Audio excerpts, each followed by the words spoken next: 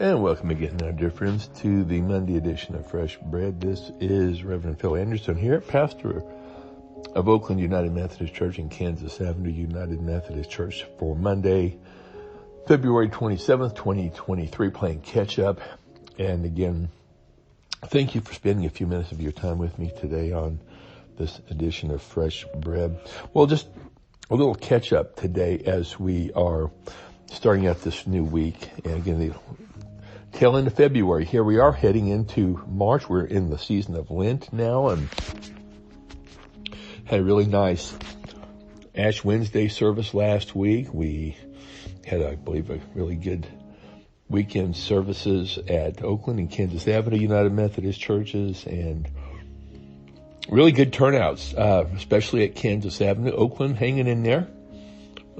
People that we would love to see haven't been there for a while. Hopefully they'll show back up again before long. Great time of the year to kind of make that return to church. If you haven't been there for a while, come on back. We'd love to see you. And hopefully we can reach out to our friends, our neighbors, our relatives. You know, quickest way to double the size of a church is for everybody to bring a friend, a relative, a neighbor, somebody. You know, tell them you'll take them out for lunch afterwards, or you'll get them for breakfast before church, and then head on over to church. Most of the services, really right at an hour at most. We're not going to take up a whole lot of their time typically. Matter of fact, our service last week at Kansas Avenue was only about 50 minutes. One of the shorter ones, I should say, we've done. I had to be out of town, but I didn't see anybody crying that we stopped it a little early, so that was a good thing. Well, let's see, what can we say? Lent, again, is that season of the year that we're in now, certainly a time where we devote ourselves a little bit more to the Lord, I hope, not out of obligation or trying to earn anything, but it's just a good time to kick back a little bit, give him those times, give the Lord these times of our day. Every day I was suggesting at least 15 minutes, and you go, 15 minutes, that's not very much. You'd be surprised how hard it is sometimes to find 15 minutes without either collapsing in sleep or just getting your mind preoccupied and spending about 4 or 5 minutes and then running off to do things.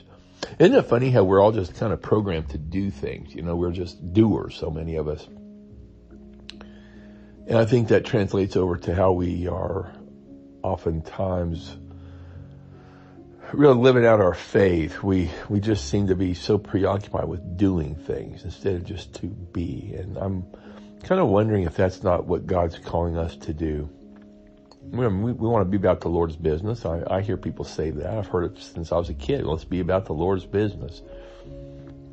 But to me, that means devoting ourselves to Christ.